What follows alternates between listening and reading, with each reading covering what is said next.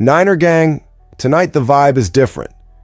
We've got a weird stat about the pass rush, a brutal injury update, a quietly huge development with the quarterback, and a matchup on the schedule that looks easy. Maybe easy demise. None of this is simple, and some of it can completely change how we see this final stretch of the season. There are reasons to get fired up, and reasons to keep that little knot of concern in your stomach. You're not going to believe what we've got lined up today. So get comfortable, drop a like, and let's dive into it. Because tonight, we're really going to test our faithful. While we're all still trying to process everything that's been happening, there's one number that just doesn't make sense for a team like the San Francisco 49ers.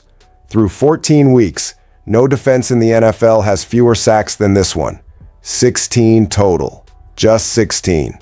To make it sting even more, Myles Garrett by himself already has more sacks than the entire Niners pass rush combined, 16, and he added one of those when San Francisco went to Cleveland.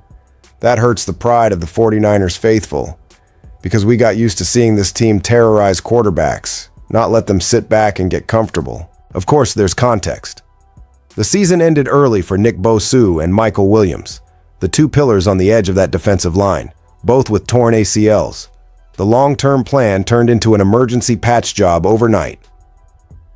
Bryce Huff, Clelin Ferrell, and the rest of that rotation have been trying to plug a hole that, let's be honest, is almost impossible to fully replace.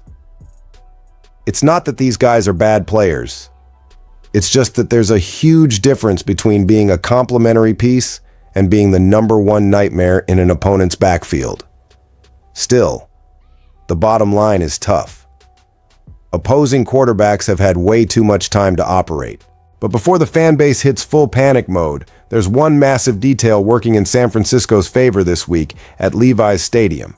The schedule just delivered a present wrapped in red and gold, the Tennessee Titans. A team deep in a rebuild, only 2 wins, an offensive line ranked among the worst in the league, and a rookie quarterback, Cam Ward, who has been getting hit by everyone. He's been sacked 49 times this year. 49. It's basically a revolving door of pass rushers getting home on him every week. When you combine a defense that feels disrespected, coming off a bye week, rested and angry, with a shaky offensive line and a quarterback who tends to hold onto the ball a bit too long, the math looks simple. This is the perfect game for Robert Saleh to flip the switch, crank up the aggression, mix in pressure looks, and maybe finally turn this matchup into the turning point for the pass rush. A multi-sack game, padded stats, and confidence sky high. The question is whether the Niners will actually seize this chance to climb out of the sack basement or let another opportunity slip away. Because if this defense really wakes up now, against a limited offense and a constantly pressured quarterback, it completely changes the tone of the stretch run. One dominant pass rush performance can put fear back into any opponent that turns on the tape. And the truth is, that's not the only sign of a turning point inside this locker room. As exciting as that possibility is, there's another storyline that hits the 49ers faithful straight in the heart. We're not just talking about numbers. We're talking about the soul of this defense, the captain, the heartbeat in that locker room. Fred Warner's absence has left a hole no one else can really fill.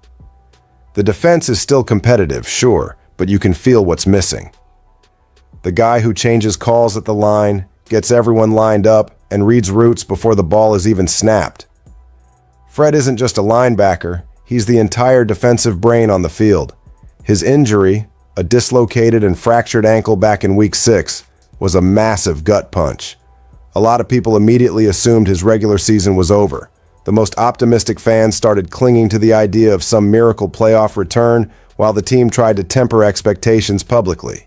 And then John Lynch steps in with an update that throws gasoline on that hopeful fire. Lynch made it clear, Fred is crushing it in his recovery. He's attacking rehab the same way he attacks everything else in his career. No wasted minutes, no half speed, no shortcuts. And when your GM says that about a guy like Warner, the fan base listens. If there's one player you'd bet on to beat a medical timeline, it's him. Especially when video comes out of Fred working in the pool, moving better than anyone expected so soon after that kind of injury. But Lynch also leaned on the brakes. He said it's still a stretch to picture Fred coming back during a playoff run. And more than that, he said the toughest part might be protecting Warner from himself, because if it were up to Fred, he'd suit up tomorrow. That's the dilemma. Let the competitor decide from pure emotion or protect the long-term future of one of the faces of the franchise, and that sparks a massive debate among fans. Do you risk a rushed return for a potential Super Bowl push? Or do you accept that some lines just shouldn't be crossed no matter how high the stakes? There's another layer here that sticks in everyone's mind. The 49ers have seen things like this before. Players beating timelines, improbable returns, moments where the winning culture seemed to bend reality.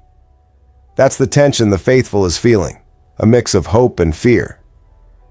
Because if Fred Warner does somehow make it back, even in a limited role, the emotional and strategic impact would be enormous. The defense would get its brain and its voice back. But this still isn't the only surprisingly positive development shaping the rest of this season. While everyone's watching the injury report, there's another message being sent on the field, quietly but loudly at the same time. Brock Purdy is back. And not just back in the sense of playing. He's back to moving, extending plays, attacking outside the pocket, and playing with that fearless rhythm again. Against the Cleveland Browns, he looked as mobile and fluid as he has since that turf toe injury. No more tiptoeing, no more body language like he's thinking about every step.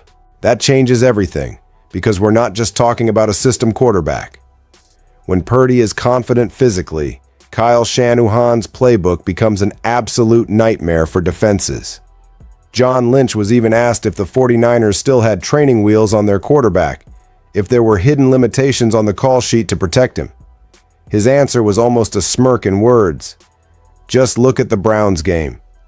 The first 2 offensive snaps were bootlegs, plays that demand plant, drive, and full trust in that toe. Training wheels? Those came off a while ago. And this isn't just front office PR. The on-field results back it up. Since he returned, the Niners have won 3 straight. They're sitting at 9-4, and the offense looks looser, more aggressive, and more comfortable pushing the ball. Lynch said something that any former player understands. With injuries like this, the turning point isn't when the doctor clears you. It's when you personally feel like yourself again. For Purdy, that first game back against Arizona might have been that mental switch. After that, no one in the building seems to be thinking about the toe anymore. Shanahan has confirmed it too. The full playbook is open. Nothing is being held back to protect the quarterback. Bootlegs, rollouts, deep play action shots, the full West Coast offense with modern wrinkles, it's all back on the table. Maybe the toe still aches once in a while, but if it's not impacting his reads, movement, or confidence, it stops being a storyline and just becomes part of the grind. For the faithful, that means something huge. The 49ers offense is officially armed again. The only real question left is simple and exciting.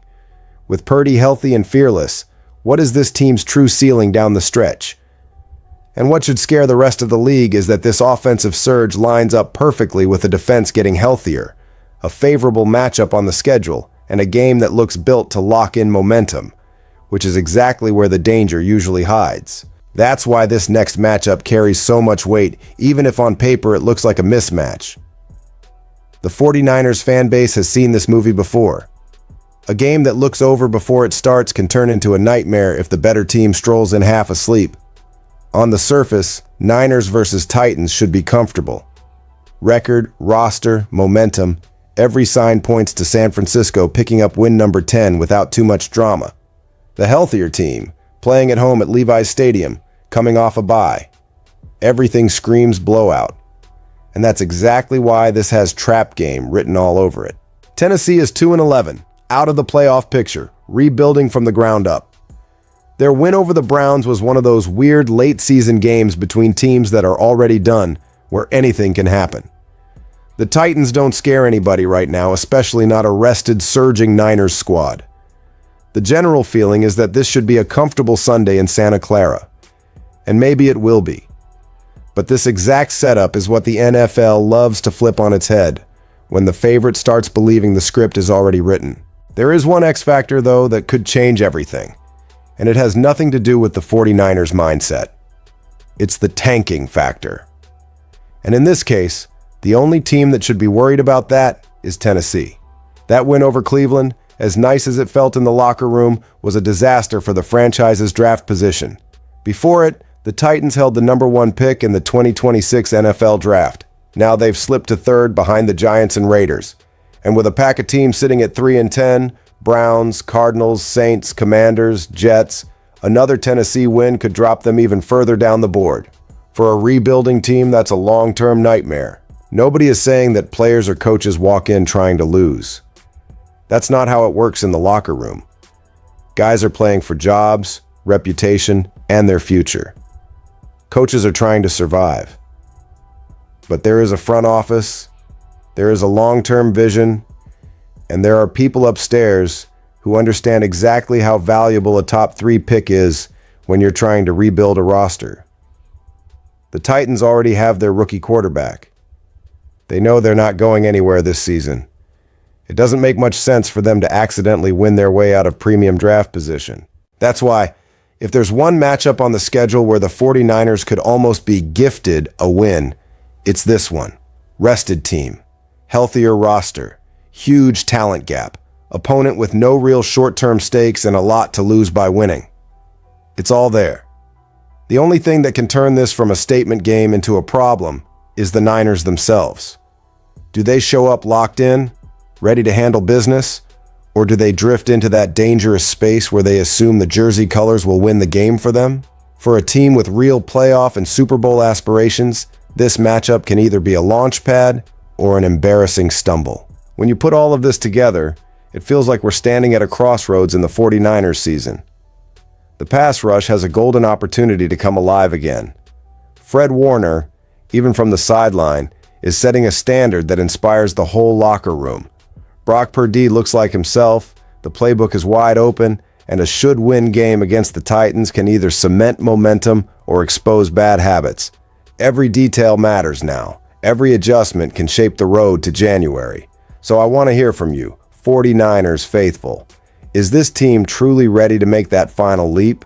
Drop your thoughts in the comments, hit that like button, subscribe to the channel, and stay with us all the way, because this ride is just getting started.